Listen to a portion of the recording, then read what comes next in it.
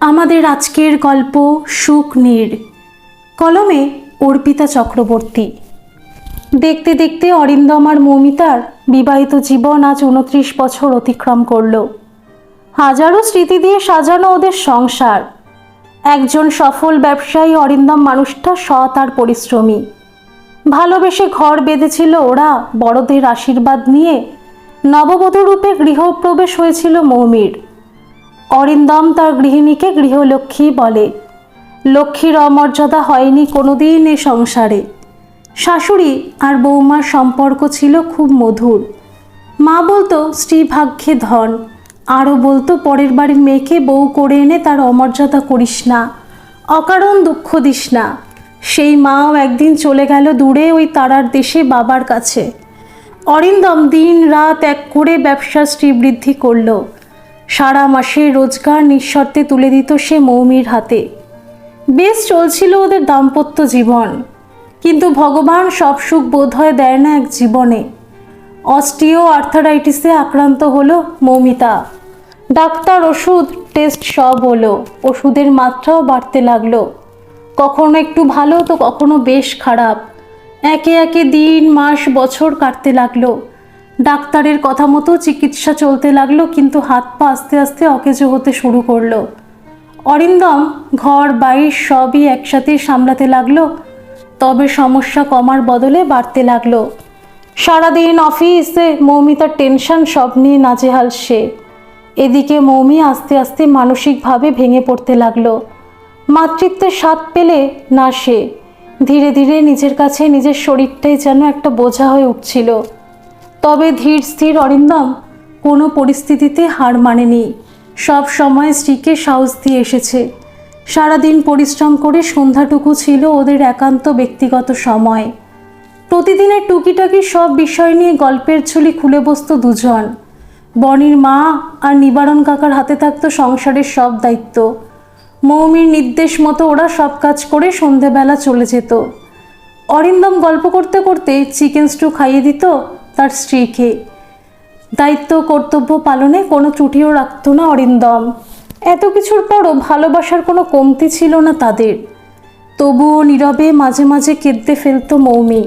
সারাদিন পরিশ্রম করে বাড়ি এসে কোথায় মানুষটা একটু বিশ্রাম করবে তা না, উল্টে রোগীর সেবা করে। নিজের অক্ষমতাই তাকে ধিক্কার করত, আর নিজের জীবনটাকে নিজের কাছে বোঝা মনে হতো। অথচ এই কথাগুলো প্রকাশ করলে মানুষটা ভিতর থেকে বড্ড ভেঙে পড়ে। তাই চোখের জল আর বুকের যন্ত্রণা নিয়ে বেঁচে থাকার লড়াইটা চালিয়ে যাচ্ছিল মৌমি।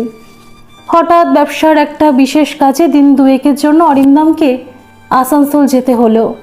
নিবারণ কাকা আর বনির মার হাতে রইল মৌমির সব দায়িত্ব। ফেরার দিন স্টেশনে টিকিট কাউন্টারে ভিড়ের মাঝে একটা খুব চেনা কণ্ঠস্বর কানে আসলো। অরিন্দম পেছন ফিরে দেখে, আরে এ তো অনিন্দিতা। দুজনেই দুজনকে চিনতে পারল। অনিন্দিতার খুচরো সমস্যার সমাধান করতে সাহায্যের হাত বাড়িয়ে দেয় অরিন্দম। কত বছর পর দুই কলেজের বন্ধু মুখোমুখি। ঝকঝকে চেহারায় আজ ভাঙন ধরেছে দুজনেরই। এবার দুজনেই একসাথে নিজেদের একই গন্তব্যে রওনা হলো। অনিন্দিতা খুব সুন্দর গান গাইত। কলেজের ফেয়ারওয়েল অনুষ্ঠানে সেই গান আজও মনে আছে অরিন্দমের। এত সুর যার কণ্ঠে, তার সঙ্গে বন্ধুত্বের লোভটা ছাড়া গেল না। আসলে ওরা দুজনেই ছিল সুরের পূজারী। যেতে যেতে শুধু পুরনো কথাই হচ্ছিল ওদের। একজন ফিরছে নিজের বাড়িতে, আর অনিন্দিতা যাচ্ছে তার দাদার বাড়ি কলকাতায়। আসলে একটা চাকরি তার খুব দরকার। দাদার বাড়ি থেকে ইন্টারভিউ দেওয়ার জন্য কলকাতায় যাচ্ছে সে। তবে বৌদির আপ্যায়নে কতদিন টিকতে পারবে সেটাই এখন প্রশ্ন। আচ্ছা অরিন্দমদা, তোমার কথা বলো, বাড়ির সবাই কেমন আছে? হঠাৎই ফোনটা বেজে উঠল। অরিন্দম দেখল মৌমির ফোন। বিছানায় একাকী শুয়ে শুয়ে দমটা যেন বন্ধ হয়ে আসে তার। অরিন্দম জানালো আর কিছুক্ষণ পর বাড়ি পৌঁছে যাবে সে। চাকরি ইন্টারভিউ নিয়ে অনেক অভিজ্ঞতা আছে তার। তাই সেসব গল্প করতে করতে অনেকটা সময় পার হয়ে গেল দুজনের। অরিন্দম যখন ফাইনাল ইয়ারের ছাত্র, অনিন্দিতা তখন সবে কলেজে পা রেখেছে। ওদের বন্ধুত্ব বাধা পড়ছিল সপ্ত সুরে। সুরের পূজারী অরিন্দম অনিন্দিতার গানেই মুগ্ধ হতো, কিন্তু বেশি দিনের বন্ধুত্ব ছিল না ওদের। কলেজ ছাড়ার সময় শেষ বিদায় জানিয়ে অরিন্দম বলেছিল পড়াশোনার পাশাপাশি তুমি সুরের সাধনা চালিয়ে যেও, আমি চললাম। যদি কখনো ঈশ্বর চান তো আবার দেখা হবে, ভালো থেকো। আর সেই দেখা আজই আসানসোলে। কলেজ পাশ করার পর বাবা মার নির্বাচিত পাত্রের সাথে বিয়ে হয়েছিল অনিন্দিতার। কিন্তু পরিবারটি ছিল অদ্ভুত প্রকৃতির। সারাদিন সংসারে উদয়স্ত খেটে কাউর মন পেত না। সন্দেহ, মিথ্যা অপবাদ এসব নিয়ে অশান্তির শেষ ছিল না। তাও প্রতিটা মুহূর্তে নিজের সাথে যুদ্ধ করে দিন চলত। এরপর একে একে বাবা মা গত হলো, দাদা বৌদি আস্তে আস্তেই সম্পর্ক তুলে দিল। কিন্তু কতদিন? ধৈর্যের বাঁধ একদিন ভেঙে গেল, ঘর ভাঙলো, মন ভাঙলো। জীবনের সব সুর তখন বেসুরো। দাদার বাড়ি এসে উঠল, শুরু হলো রুটি রুচির লড়াই। দাদা বদলি হয়ে চলে গেল কলকাতায়। খুব সামান্য মায়নায় দিনগত পাপ ক্ষয় বলতে যা বোঝায় সেরকমই একটি চাকরি করত অনিন্দিতা। এবার একটা ইন্টারভিউর ডাক এসেছে, তাই কলকাতায় আসা। এতক্ষণ সবটা শুনল অরিন্দম, কিন্তু নিজের কথা তার বলা হলো না। যাওয়ার সময় নিজের ভিজিটিং কার্ডটা দিয়ে বলল, যদি কখনো কোনো প্রয়োজন হয় আসতে পারো এই ঠিকানায়। আমি সাধ্যমতো তোমাকে সাহায্য করার চেষ্টা করব। আজ আসি, সাবধানে থেকো। বাড়ি এসেও অনিন্দিতার কথা খুব মনে পড়ছিল। একটু ফ্রেশ হয়ে শুরু হলো ওদের গল্পের আসর। ব্যবসা থেকে শুরু করে অনিন্দিতার সবটা নিয়ে আলোচনা হলো দুজনের। অনিন্দিতাকে চোখে না দেখলেও স্বামীর বর্ণনায় যেন তাকে দেখা যাচ্ছিল। মেয়েটির জীবনের করুণ পরিণতির কথা শুনতে শুনতে দুজনেরই চোখ ঝাপসা হচ্ছিল। এত বড় কলকাতা শহর, অজানা চাকরি, তার মধ্যে দাদা বৌদির সংসার, সব মিলিয়ে একটা চাপা টেনশন হচ্ছিল দুজনের। মৌমি হঠাৎ রেগে গিয়ে বলে উঠল, না, তুমি কাজটা ঠিক করনি। মেয়েটাকে এভাবে ছেড়ে দেওয়া কিন্তু ঠিক হয়নি। অরিন্দম বলল, জানি, কিন্তু সে তো কোনো সাহায্য চায়নি আমার কাছে। আমি শুধু আমার কার্ডটা ওকে দিয়ে এসেছি। যদি কখনো ওর সাহায্যের প্রয়োজন হয় নিশ্চয়ই চেষ্টা করব সাহায্য করার। জানো মৌমি, মা বলতো, কখনো অযাচিতভাবে কারোর দিকে সাহায্যের হাত বাড়াস না। যদি কেউ সাহায্য চায় তবে সাধ্যমতো তার পাশে থাকিস। আসলে মানুষ দুর্বলতাকেই হাতিয়ার করে। জীবনের লড়াইটা প্রত্যেকের আলাদা আলাদা। আমার জীবনের প্রথম আর শেষ দুটোতেই তুমি। যদি কোনোদিন তোমাকে একটা সুস্থ জীবনে ফিরিয়ে আনতে পারি, সেদিন আমি স্বামী হিসেবে হব সার্থক। আর অনিন্দিতার জন্য রইল শুভ কামনা। ঈশ্বর নিশ্চয়ই ওকে পথ দেখাবেন। দু চোখে হাজার বিস্ময় নিয়ে মৌমিতা শুনছিল সবটা। ভগবান দেখিনি আমি, কিন্তু তোমাকে দেখেছি। আজ শুধু বলতে ইচ্ছা করছে, ভালো থেকো তুমি। আমার অবর্তমানে ভালো থাকার রাস্তাটা যেন তুমি খুঁজে পাও। আসানসোল থেকে এসে নিজের কর্মব্যস্ত জীবনে ফিরে যায় অরিন্দম। অনিন্দিতার কথা মনে যে পড়েনি তা নয়, কিন্তু অহেতুক কৌতূহল যে তার স্বভাব বিরোধী। হঠাৎ সেদিন অফিসে অনিন্দিতার ফোন এলো। একটু ব্যস্ততার জন্য ফোনটা সেই মুহূর্তে ধরা না গেলেও পরে কল ব্যাক করে অরিন্দম। বোঝা গেল যে সে কোনো সমস্যার মধ্যেই পড়েছে এবং তার সাহায্য প্রার্থী। অরিন্দম নির্দ্বিধায় অনিন্দিতাকে তার অফিসে আসতে বলল। ঘণ্টা খানেকের মধ্যে সে চলেও এলো। একটা মিটিংয়ে ব্যস্ত থাকার জন্য অনিন্দিতাকে অবশ্য একটু অপেক্ষা করতে হলো। দুজনেই বোধহয় দুজনের মুখটা পড়ার চেষ্টা করছিল। অনিন্দিতা বলল, খুব বিপদে পড়ে তোমাকে বিরক্ত করলাম। আসলে কলকাতায় যে কাজটা করব বলে এসেছিলাম সেটা পেয়ে গেছি, কিন্তু টিকতে পারছি না। আসলে আমার বস মানুষটি খুব সাংঘাতিক। তার চোখে এক অদ্ভুত লালসা। ছলে বলে কৌশলে সে আমাকে অপদস্থ করার চেষ্টা করছে। এদিকে কাজটা চলে গেলে দাদার বাড়ির ঠিকানাটা বোধহয় থাকবে না, কারণ বৌদির হাতে থাকা খাওয়ার খরচ তুলে দিতে না পারলে দাদাও আমার পাশে থাকবে না। সেটা বেশ বুঝতে পারছি। কি করব, কোথায় যাব কিছু বুঝতে না পেরে তোমার দেওয়া কার্ডটা চোখে পড়লো আর ফোনটা করে ফেললাম। আমি অত্যন্ত দুঃখিত। চুপচাপ সবটা শুনছিল অরিন্দম। হঠাৎ একটু গম্ভীর গলায় বলে উঠল, তোমার অফিসের ডিটেলস আর ওই বসের সম্বন্ধে যা জানো সবটা বলো। অরিন্দমের থমথমে মুখটা দেখে বেশ ভয় পাচ্ছিল অনিন্দিতা, কিন্তু ভরসা করে সে যতটুকু জানে সবটা বলল। আচ্ছা অরিন্দমদা, আমার চাকরিটা কি থাকবে? মানে আমি কি করে সবটা সামলাবো কিছু বুঝতে পারছি না।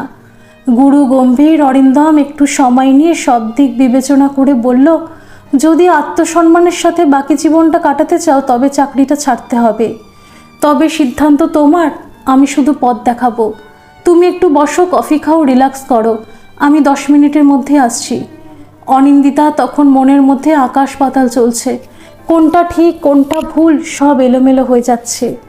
এখানে আসার সিদ্ধান্তটা নিয়েও তখন প্রশ্ন জাগছে নিজের মনে। হঠাৎ অরিন্দম এসে ঘরে ঢুকলো আর বলল, তোমাকে যদি একটা জায়গায় নিয়ে যাই, আরেকজনের সাথে আলাপ করিয়ে দিই, তুমি যাবে আমার সাথে? না, ভয় নেই, আমি তোমাকে আমার বাড়ি নিয়ে যাব আর পরিচয় করিয়ে দেব আমার স্ত্রী মৌমিতার সাথে। দেখো, তোমার অফিসিয়াল সমস্যা আমি সমাধান করতে পারলেও ব্যক্তিগতটা পারবো না, তাই যে সব পারে আজ তার কাছে নিয়ে যাব তোমায়। কিছুটা ইতস্তত বোধ করলেও অনিন্দিতার কাছে তখন অরিন্দমকে বিশ্বাসযোগ্য বলেই মনে হলো। কিছুক্ষণের মধ্যেই ওরা চলে আসলো, কিন্তু বাড়িতে ঢুকতে গিয়ে একটা অস্বস্তি হচ্ছিল অনিন্দিতার। তা দেখে অরিন্দম বলে উঠল, ভয় নেই, আমি মৌমির অনুমতি নিয়েই তোমাকে এনেছি। অনিন্দিতার কাছে বাড়িটিকে সাজানো গোছানো সুন্দর ছবির মতো ঝা চকচকে একটা স্বপ্নের নীড় যেমন হয় ঠিক তেমনই মনে হলো। এরপর ভিতরে প্রবেশ করে তার পরিচয় হলো অরিন্দমের স্ত্রী মৌমিতার সাথে। গায়ের রংটা একটু শ্যামলা হলেও খুব মিষ্টি আর মায়াবী একটা মুখ তার। অরিন্দম বলল, মৌমি, ও অনিন্দিতা যার কথা তোমাকে বলেছিলাম। তোমাকে তখন ফোনে কিছুটা বলেছিলাম, বাকিটা তুমি ওর মুখ থেকেই শোনো। তোমরা কথা বলো, আমি একটু ফ্রেশ হয়ে আসছি। বনির মা এসে চা জলখাবার দিয়ে গেল। আতিথেও তার কোনো অভাব নেই এ বাড়িতে। মৌমি বলল, কথা তো হবেই, কিন্তু একটু আগে খাও, আরও আসুক, তারপর না হয় কথা শুরু করব। অরিন্দম আসার পর অনিন্দিতা একে একে সব বলতে শুরু করলো। অরিন্দমের সাথে কলেজে প্রথম দেখা থেকে শুরু করে কলকাতার নতুন চাকরি, তার বিবাহিত জীবন, বিবাহ বিচ্ছেদ সবটা বলল। এ যেন আস্ত একটা সিনেমা। মুখের ভাষা তখন হারিয়েছে দুজনার। নীরবতা ভঙ্গ করে মৌমি বলল, আচ্ছা অরিন্দম, তোমার অফিসে এমন কোনো কাজ আছে যেটাও করতে পারে? অরিন্দম কিছুক্ষণ চিন্তা করে বলল, তুমি কাল একবার অফিসে এসো, আমি দেখছি তোমার জন্য কি করতে পারি। মৌমিতা আরও বলল, আমাদের বালিগঞ্জে একটা ফ্ল্যাট আছে আর সেটা খালি পড়ে আছে, তুমি চাইলে সেটাতে থাকতে পারো, তবে ভাড়া দিয়ে। ঘরের মধ্যে তখন অদ্ভুত এক নীরবতা। হঠাৎ কেঁদে ফেলল অনিন্দিতা আর মৌমির হাত দুটো ধরে বলল, আমাকে একটিবার তোমার পায়ে হাত দিয়ে প্রণাম করতে দেবে দিদি? শুনেছি পৃথিবীতে রক্তের সম্পর্কের চেয়ে বড় সম্পর্ক আর কিছু হয় না, কিন্তু আজ বুঝলাম মানবিকতার সম্পর্ক সবচেয়ে বড়। মৌমি ভালোবাসার আলতো ছোঁয়ায় তাকে শান্ত করলো, ঠিক মায়ের মতো। সে বলল, এতক্ষণ তুমি বললে আমরা শুনলাম, এবার তোমার শোনার পালা। তোমার সামনে আজ বসে আছে প্রতিষ্ঠিত ব্যবসায়ী অরিন্দম মুখার্জি আর তার স্ত্রী মৌমিতা মুখার্জি। আর্থারাইটিস কেড়ে নিয়েছে আমার সোনার সংসার, আমার মাতৃত্ব। আজ আমি পর নির্ভরশীল। নিবারণ কাকার বনির মা, এই দুজনকে নিয়ে আমার পৃথিবী। অরিন্দম এবার একটু রেগে গিয়ে মৌমিকে চুপ করতে বলল, কিন্তু আজ সে থামবে না, বলবে। সে বলল, জানো অনিন্দিতা, এই মানুষটা আমাকে ভালোবাসে, আজ নিঃস্ব সন্তান সুখ থেকেও বঞ্চিত। কিন্তু ভালোবাসা না, সেটার ভাড়ারে টান পড়েনি আমাদের। বিশ্বাস আর ভরসার ভিতটা খুব মজবুত হয় জানো। আমরা দুজন একে অপরের মধ্যে বাঁচি। তুমি অরিন্দমের বন্ধু, তোমার জন্য কিছু করতে পারলেও খুশি হবে জানো। ওকে খুশি করার সুযোগটা আমি ছাড়তে পারি না। এই একটি ব্যাপারে আমি খুব স্বার্থপর। আজ তোমাদের দুজনের কাছে একটা জিনিস চাইবো, দেবে? অরিন্দম একটু হকচকিয়ে বলল, কি হচ্ছে মৌমি? এবার থামবো, কিন্তু আগে সেই গানটা শুনবো, যেটা সেদিন কলেজের ফেয়ারওয়েলে অনিন্দিতা গিয়েছিল। আর অরিন্দম, আজ তোমাকেও গাইতে হবে। আরে তোমরা এত কুণ্ঠা করছো কেন? আজ আমিও তোমাদের সুরে সুর মেলাবো। আজ না হয় গান দিয়ে সেলিব্রেট করি আমরা আমাদের বন্ধুত্ব। আমারও পড়ানো যাহা চায়, তুমি তাই গো। রবীন্দ্রসঙ্গীতেই বাধা পড়ল ওদের নিখাদ বন্ধুত্ব। একটা খুব পুরনো প্রবাদ আছে, বন্ধুত্ব হয় সমানে সমানে, আর সেটাই হলো অরিন্দম মৌমিতা আর অনিন্দিতার মধ্যে। গড়ে উঠল একটা নিখাদ বন্ধুত্ব। নতুন অফিস, নতুন ভাড়া বাড়ি, এসব সামলেও চলতে লাগলো ওদের আড্ডা, হাসি, মজা। মৌমি আর অনিন্দিতার মধ্যে একটা সুন্দর সম্পর্ক গড়ে উঠল। আসলে যেখানে অভাব অভিযোগ নেই, সেখানেই আছে একটা ভালোবাসার পৃথিবী। অনেক দিন পর মৌমি একটা খোলা মনের বন্ধু পেল। অরিন্দমের অবসর সময়ের একটু অভাব ছিল। অফিসের চাপ, স্ত্রীর চিকিৎসা, তাকে সারিয়ে তোলা, এই ছিল তার জীবনের মন্ত্র। সব কিছু বেশ ঠিকঠাক চললেও বেশ কিছুদিন ধরে মৌমির শরীরটা খারাপ, ডাক্তার টেস্ট সব চলছে কিন্তু কিছুই কাজ হচ্ছে না। অরিন্দম আগের থেকে আরও সিরিয়াস, ইদানিং ওর অফিসেও কাজেও মন বসে না, অনেকটা সময় মৌমির সাথেই কাটায়। এদিকে অনিন্দিতার উপর কাজের চাপও একটু বেশি। সেদিন রবিবার, তাই একটু বিকেল বিকেল সে বেরিয়ে পড়ল এক গুচ্ছ রজনীগন্ধা ফুল নিয়ে মৌমির সাথে দেখা করতে। ওর শরীরটা খুব খারাপ, ফোনে খবরাখবর নিয়েছে। আসলে অরিন্দম প্রয়োজনের চেয়ে বেশি কথা বলা পছন্দ করে না। তাছাড়া ওই গুরুগম্ভীর মানুষটার চারপাশে আছে একটা অদ্ভুত শৃঙ্খল, যাকে ভাঙা যায় না, কিন্তু মৌমিতার সাথে প্রাণ খুলে কথা বলা যায়, হাসা যায়। ও রজনীগন্ধা ফুল খুব ভালোবাসে, তাই এই ছোট্ট উপহার তার দিদির জন্য। কিন্তু বাড়িতে ঢুকতে গিয়ে পাটা হঠাৎ থমকে গেল। মনে হচ্ছে আজ এ বাড়িতে ভয়ঙ্কর কিছু একটা ঘটেছে, কিন্তু কি? পায়ে পায়ে উঠে এলো ওপরে, থমথমে মুখে অরিন্দম বলল, বড্ড দেরি হয়ে গেছে, মৌমিকে এক্ষুনি হসপিটালে ভর্তি করতে হবে। অ্যাম্বুলেন্স আসছে, তুমি অফিসটা দেখো, আমি ওকে নিয়ে খুব শিগগিরই আসছি। কিছু হবে না আমার মৌমির, কিছু হবে না। অ্যাম্বুলেন্স এলো, মৌমির আশার দেহটা নিয়ে অরিন্দম চলে গেল। এদিকে অনিন্দিতা তখন খাটের উপর বসে পড়ল। হাতের ফুলগুলো কখন বাঁধন ছিঁড়ে ছড়িয়ে পড়েছে কে জানে। নিবারণ কাকা এসে জানালো বৌদি খাট থেকে পড়ে গিয়ে মাথায় চোট পেয়েছে, ডাক্তার বলছে এক্ষুনি অপারেশন করতে হবে। জানি না কি হবে, বৌদির কিছু হয়ে গেলে দাদাবাবুকে সামলাবো কি করে বুঝতে পারছি না। এতক্ষণ পর সবটা বুঝলো অনিন্দিতা। বলল, কিছু হবে না, তোমার বৌদি ঠিক ফিরে আসবে, আমরা সবাই প্রার্থনা করব, দেখবে সব ঠিক হয়ে যাবে। কিন্তু আর কিছুই ঠিক হলো না। পড়ে গিয়ে মাথায় রক্ত জমে গেছে, অপারেশন হলো, কিন্তু শেষ রক্ষা হলো না। হঠাৎ ফোনটা বেজে উঠল। অরিন্দম জানালো মৌমি নেই, সে চলে গেছে অনেক দূরে, ওই তারার দেশে। অনিন্দিতা, তুমি একটা কাজ করো, বাজার থেকে একটু রজনীগন্ধা ফুল এনে আমাদের খাটটা একটু সাজিয়ে দাও। আমি আর কিছুক্ষণের মধ্যে মৌমিতাকে নিয়ে বাড়ি আসছি। ফোনটা কেটে গেল। অনিন্দিতা দেখল তার আনা রজনীগন্ধা ফুলগুলো এলোমেলো হয়ে পড়ে আছে বিছানায়। চোখ দিয়ে তখন জলের ধারা বয়ে চলেছে। আজ এই পৃথিবীতে আবার নিজেকে অনাথ মনে হচ্ছে। কিছুক্ষণ পর বনির মায়ের ডাকেই হুঁশ ফিরল অনিন্দিতার। দিদি আর কিছুক্ষণের মধ্যেই দাদাবাবু বৌদিকে নিয়ে চলে আসবে, আমি এই ফুলগুলো পরিষ্কার করে দিই।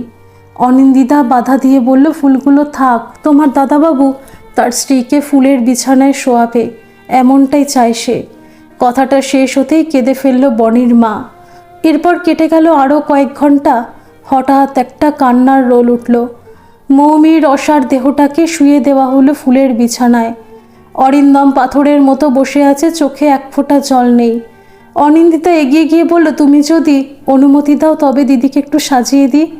অরিন্দম বলল, তোমরা সবাই একটু বাইরে যাও, আজ আমি সাজাবো আমার মৌমিকে। দরজার বাইরে তখন বেশ ভিড় জমেছে, পাড়া পড়শি, আত্মীয় পরিজনের ভিড়।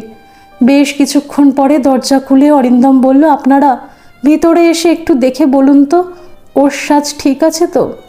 সবাই ঘরে ঢুকে হতভম্ব। লাল টুকটুকে বেনারসি, মাথা ভর্তি এউতির চিহ্ন, পা দুটো আলতায় রাঙানো, ঠিক যেন নতুন কনে। অরিন্দম বলল, আজ আমি তো এসব কাজ কোনোদিন করিনি, আজ প্রথমবার ওকে সাজালাম। অনিন্দিতা এগিয়ে এসে বলল, খুব সুন্দর লাগছে আমার দিদিকে। এবার তো আমাদের বেরোতে হবে অরিন্দমদা, অনেক রাত হয়ে গেছে। অরিন্দম বলল, হ্যাঁ যাব। আজ থেকে 29 বছর আগে আমার ঘরে লক্ষ্মী এসেছিল, আজ সে সেজে গুজে তার নিজের বাড়ি চলে যাচ্ছে। কিন্তু আমার কথা কেন ভাবলো না ও? আসলে ভাবে জানো, ও আমার কথা খুব ভাবে, তাই তো আমাকে মুক্তি দিয়ে গেল, আর নিজেও মুক্তি পেল। অরিন্দমকে অনিন্দিতার ঠিক নর্মাল লাগছে না, খুব ভয় ভয় ওর কাঁধে হাত রেখে বলল, এবার একটু নিজেকে সামলাও, আমাদের বেরোতে হবে। মৌমিতা রওনা দিল তার শেষ যাত্রায়। এক সময় দিদির দেহটা ঢুকে গেল ওই তপ্ত শলাকায়। অরিন্দম বলল, জানো অনিন্দিতা, মৌমির জন্য আমি আরও কিছুদিন বাঁচতে চাই। ওর কিছু অপূর্ণ ইচ্ছা আমাকে পূরণ করতে হবে, তারপর আমার ছুটি। তুমি আমার আর মৌমির বন্ধু হয়ে পাশে থাকবে তো? ভয় নেই, আমাকে সামলাতে হবে না তোমার। ওই কাজটা মৌমির, আরও নিজের কাজে কখনো ফাঁকি দেয় না। দূরে থেকেও আমাকে আগলে রাখবে মৌমি জীবনের শেষ দিন পর্যন্ত। তুমি শুধু আমার কর্মযজ্ঞে সামিল থেকো। আজ প্রায় 20 দিন হলো মৌমিতাদি চলে গেছে। সমাজের নিয়ম মেনে অরিন্দম সব কাজ করেছে, অফিসে জয়েন করেছে। বরাবর চুপচাপ কম কথা বলা মানুষটা আজ আরও গুরুগম্ভীর। মাঝে মাঝে মানুষটাকে বড় অচেনা লাগে অনিন্দিতার। ভালোবাসার এমন নিদর্শনের সাক্ষী থাকতে পেরে মনটা ভরে ওঠে। কত প্রাণের কথা, মনের কথা হতো দিদি আর বোনের। সেই কবে মা চলে গেছে অনিন্দিতার। বিয়েটাও টিকলো না, মৌমিতাকে পেয়ে এসবের অভাব যেন মিটে গিয়েছিল। কিন্তু অভাগা যেদিকে যায় সাগর শুকায়। হঠাৎ অরিন্দমদার কেবিন থেকে ডাক আসলো। উনি আজ অফিস ছুটির পর সবাইকে একসাথে ডেকেছে। ঘড়িতে তখন 5:30 মতো বাজে। অরিন্দম ঘোষণা করলো, আগামী রবিবার মুখার্জি বাড়িতে আপনাদের সবার আমন্ত্রণ রইল। আমি ওয়েট করব সবার জন্য। আজ সেই রবিবার। অফিসের সবাই আজ উপস্থিত মুখার্জি বাড়িতে।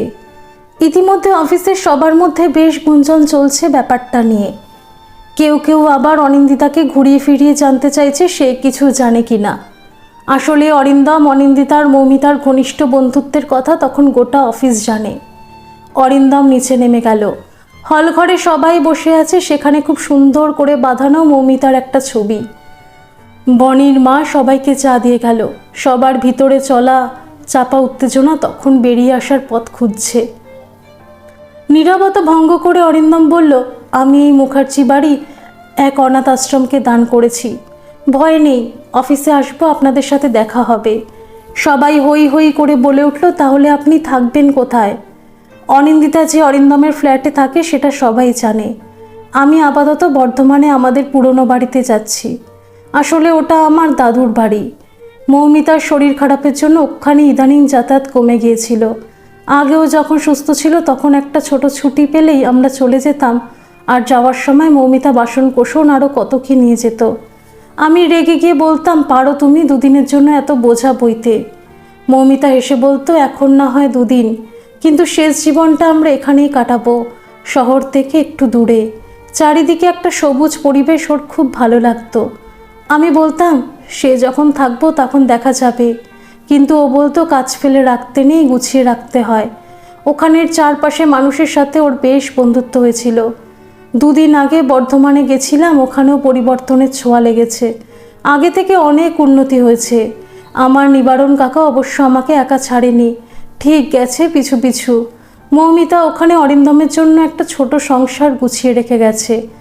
নিবারণ কাকা ফেরেনি, ওখানেই রয়ে গেছে আমার অপেক্ষায়। আমি কলকাতায় যাতায়াত করব, দূরত্ব খুব বেশি না, ও আমি বেশ পারবো। তাও অফিসের কিছু দায়িত্ব ভাগ করে দেব সবাইকে। আর অনিন্দিতা, তুমি যেখানে ছিলে সেখানেই থেকো, ভাড়া যেমন দিচ্ছ দিয়ে যেও, কিন্তু ওটা তোমার দিদির সম্পত্তি, সামলে রেখো। মাঝে মাঝে গিয়ে অবশ্য দেখে আসবো দিদির সম্পত্তি বোন কেমন সামলাচ্ছে। ওদিকে অনিন্দিতা 2 চোখ তখন ঝাপসা। অবশ্য ওখানে উপস্থিত অনেকের অবস্থা তখন একই রকম। অনিন্দিতা বলে উঠল, তুমি তোমার ফ্ল্যাটে শিফট করতে পারো, আমি না হয় কোনো ভাড়া বাড়িতে চলে যাব। অরিন্দম বলল, আমি তো আমার নিজের বাড়িতেই থাকবো, শুধু জায়গাটা একটু পাল্টাবে এই যা। আর এই যে বনির মা, তুমি কাঁদছো কেন? তুমি মৌমিতার স্বপ্নের সাথে জুড়ে থাকবে। এ বাড়ি যারা নিচ্ছে তাদের সাথে তোমার ব্যাপারে কথা হয়ে গেছে। এখানে অনেক ছোট ছোট বাচ্চারা থাকবে, তাদের এই পৃথিবীতে কেউ নেই। তুমি তোমার ভালোবাসা দিয়ে ওদের আগলে রেখো। অফিসের সবার চোখে তখন জল। আজকের ঘটনাটা যেন অপ্রত্যাশিত সবার কাছে। অরিন্দম বলে উঠল, আরে সবাই এত সিরিয়াস কেন? আমার শুধু ঠিকানা বদলাচ্ছে। আমি আপনাদের সেই অরিন্দম মুখার্জি আছি। আমি আমার এই কর্মযজ্ঞে আপনাদের সবার সহযোগিতা চাই। এই বাড়িটা ভরে উঠুক অনেক শিশুর হাসি, কান্না, কোলাহলে। জানেন, আমার স্ত্রী মা হতে চেয়েছিল, কিন্তু পারেনি। আমি জানি ও যদি মা হতো তাহলে বেস্ট মাদার হতো। আমি মৌমিতাকে আজ তার মাতৃত্ব উপহার দিলাম। 1-2 নয়, অনেক সন্তানের জননী হবে আমার মৌমিতা।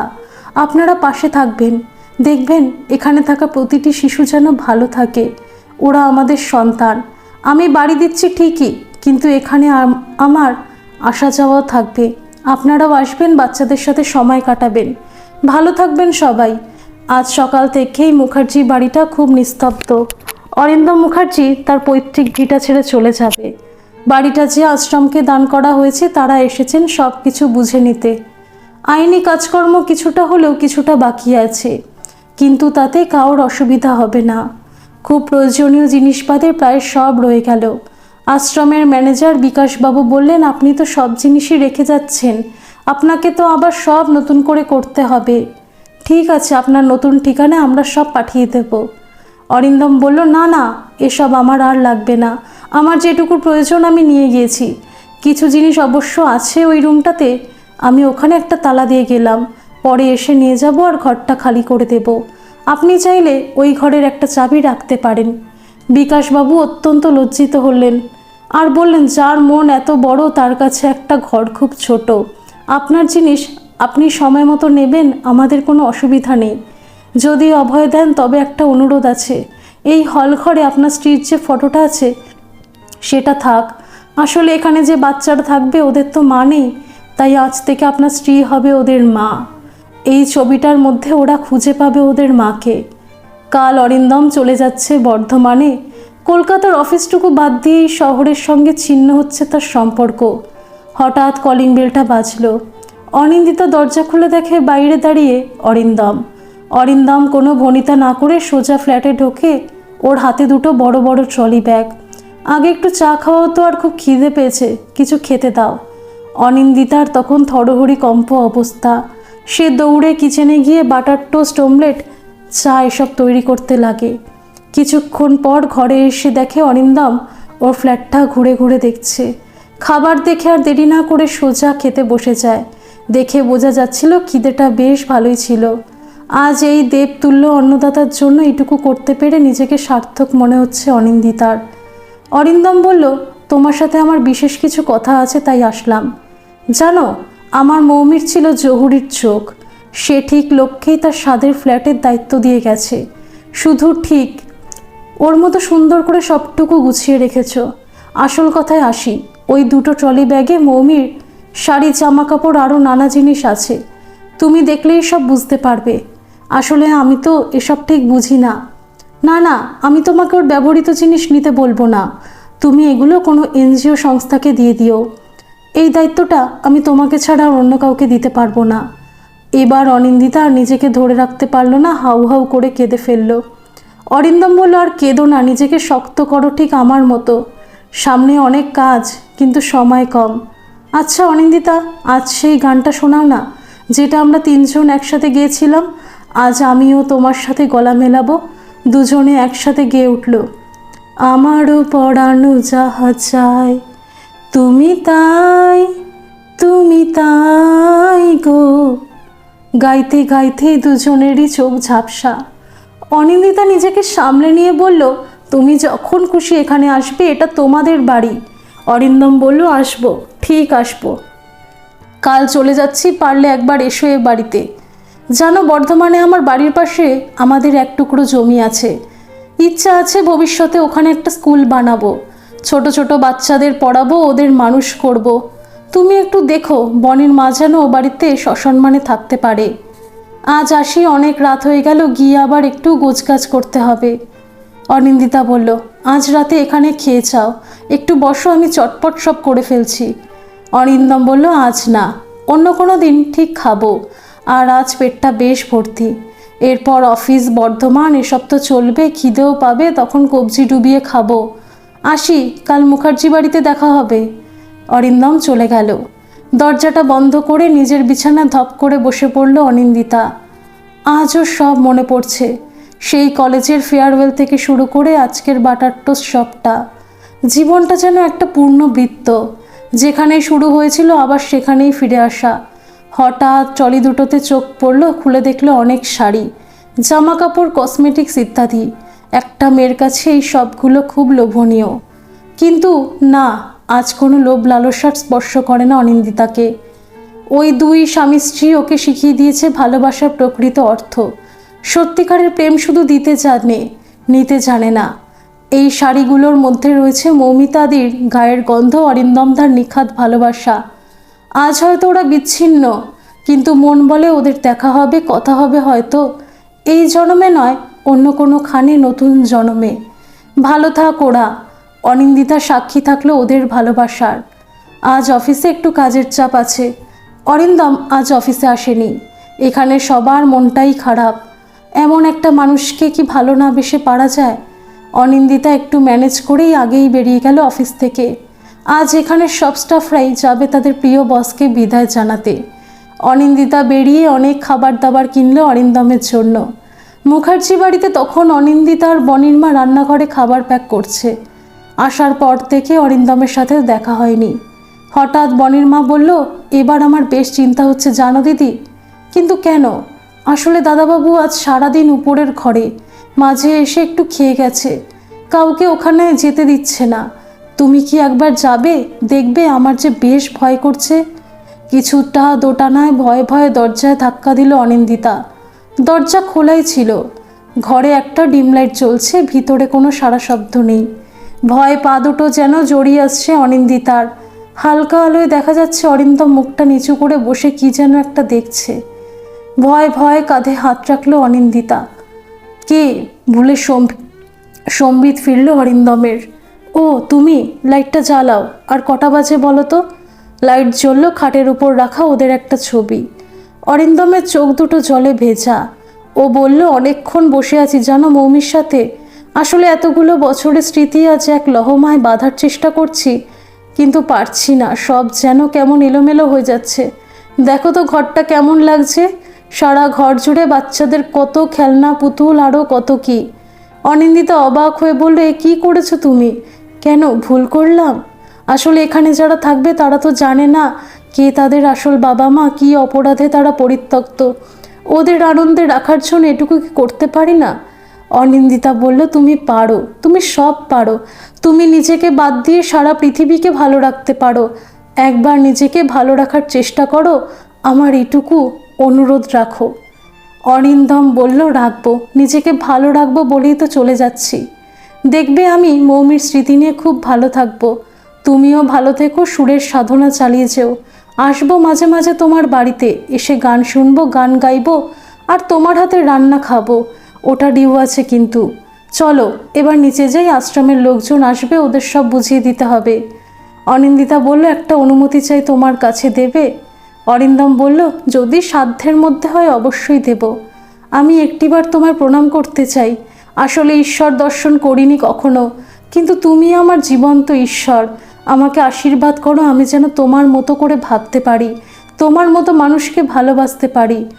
অরিন্দম বলল, পারবে, নিশ্চয়ই পারবে। জীবে প্রেম করে যেই জন, সেই জন সেবিছে ঈশ্বর। আসি অনিন্দিতা। বলে মৌমির কিছু ফটো তাড়াতাড়ি ব্যাগে ভরে নিল অরিন্দম। গড় গড় করে নিচে নেমে গেল অরিন্দম। এদিকে অনেক রকম খাবার প্যাক করে নিচে ওয়েট করছে বনির মা। অরিন্দম তো দেখে অবাক, এ কী করেছো? আর আমি তো আবার সোমবার থেকে অফিসে যাতায়াত করব, তাহলে এত খাবো কখন? কিন্তু কে কার কথা শোনে? বনির মা বলল, আমি সব গাড়িতে গুছিয়ে তুলে দিচ্ছি, নিবারণ সব গুছিয়ে রাখবে, তোমাকে ভাবতে হবে না, তুমি সাবধানে যাবে, পৌঁছে ফোন করবে, আর আমার সাথে প্রতি সপ্তাহে দেখা করবে। অরিন্দম মুচকি হেসে সম্মতি জানালো। আরও বলল, এ বাড়িতে তুমি থাকবে, বাচ্চাদের দেখাশোনা করবে, ওরা অবশ্য তোমাকে সব বুঝিয়ে দেবে। কোনো অসুবিধা হলে আমাকে বা অনিন্দিতাকে জানাবে। আর সুদূর ভবিষ্যতে যদি কোনো সমস্যা হয়, আমার বর্ধমানের বাড়ির দরজা খোলা রইল। কথা শেষ হতেই আশ্রম কর্তৃপক্ষ বিকাশবাবু চলে আসলেন। অফিসের স্টাফরাও ততক্ষণে চলে এসেছে। অরিন্দম বিকাশবাবুকে বললেন, ওপরের ঘরটা খেলনা, পুতুল সব দিয়ে সাজিয়ে দিয়েছি। সামনের সপ্তাহে বাচ্চারা এসে গেলে আমি ওদের জন্য কিছু জামা কাপড় আর প্রয়োজনীয় জিনিসপত্র দিয়ে যাব। বিকাশবাবু অরিন্দমের হাত দুটো ধরে বললেন, আপনি এই বাড়িটা দিয়ে অনেক শিশুকে নিরাশ্রয় হতে বাঁচিয়েছেন। আপনার যখন ইচ্ছা এখানে আসবেন, ওদের সাথে দেখা করবেন, আমি সবাইকে বলে রাখবো। অরিন্দম বলল, ও বনির মা ওকে দেখবেন, ওর যেন কোনো অসুবিধা না হয়। দেখব, যতদিন এই বিকাশ আছে আপনার কথার অন্যতা হবে না। ওদিকে অফিসের সব স্টাফদের চোখ তখন ছলছল। অরিন্দম বলল, বিকাশবাবু এরা আমার সহকর্মী, আমার পরিবার। আরও অনিন্দিতা আমার আর মৌমিতার বেস্ট ফ্রেন্ড। আপনার যে কোনো সমস্যা আপনি ওদের পাবেন, আর আমি তো আছি। সো বাই এভরিবডি, সবাই খুব ভালো থাকবেন। সোমবার অফিসে দেখা হবে। অরিন্দমকে সি অফ করতে বোধহয় তখন গোটা পাড়া এসে হাজির। গাড়িটা খাবার দাবার দরকারি জিনিসে এমন ভর্তি যে বসার জায়গা হচ্ছে না। অরিন্দম গাড়ি স্টার্ট করলো। সবাই একসাথে ছলছল চোখে বিদায় জানালো। গাড়িটা আস্তে আস্তে বড় রাস্তায় চলে গেল, আর দেখা গেল না। সবাই যে যার বাড়ি চলে গেল। অনিন্দিতাও ফিরে এসেছে, কিন্তু আজ ওর এত একা লাগছে কেন? ও তো বাড়িতে একলাই থাকতো। অরিন্দম বাড়ি পৌঁছে সংবাদও দিল। অরিন্দম মনে মনে বলল, ভালো থেকো অরিন্দম দা। যেখানে শেষ জীবনটা তোমরা একসাথে কাটাতে চেয়েছিলে, সেখানে তুমি আজ একা। জানি এ কষ্টের ভাগ হবে না, তবু বলবো তোমাদের সব স্বপ্ন পূরণ হোক। অনেক কাজ বাকি আছে তোমার। যদি কখনো তোমার কর্মযজ্ঞে নিজেকে সামিল করতে পারি, তবে ধন্য হবে আমার এই মানব জীবন। তোমার ডাকের প্রতীক্ষায় থাকব। ধন্যবাদ সকল বন্ধুরা। এই গল্পটি যদি আপনাদের ভালো লেগে থাকে তাহলে অবশ্যই একটা লাইক করে দেবেন, আর এই চ্যানেলে নতুন হয়ে থাকলে চ্যানেলটিকে সাবস্ক্রাইব করে আমার পাশে থাকবেন, আর পাশে থাকা বেল আইকনটিকে প্রেস করে দেবেন যাতে সমস্ত গল্পের নোটিফিকেশনগুলি সবার প্রথমে আপনাদের কাছে পৌঁছে যায়।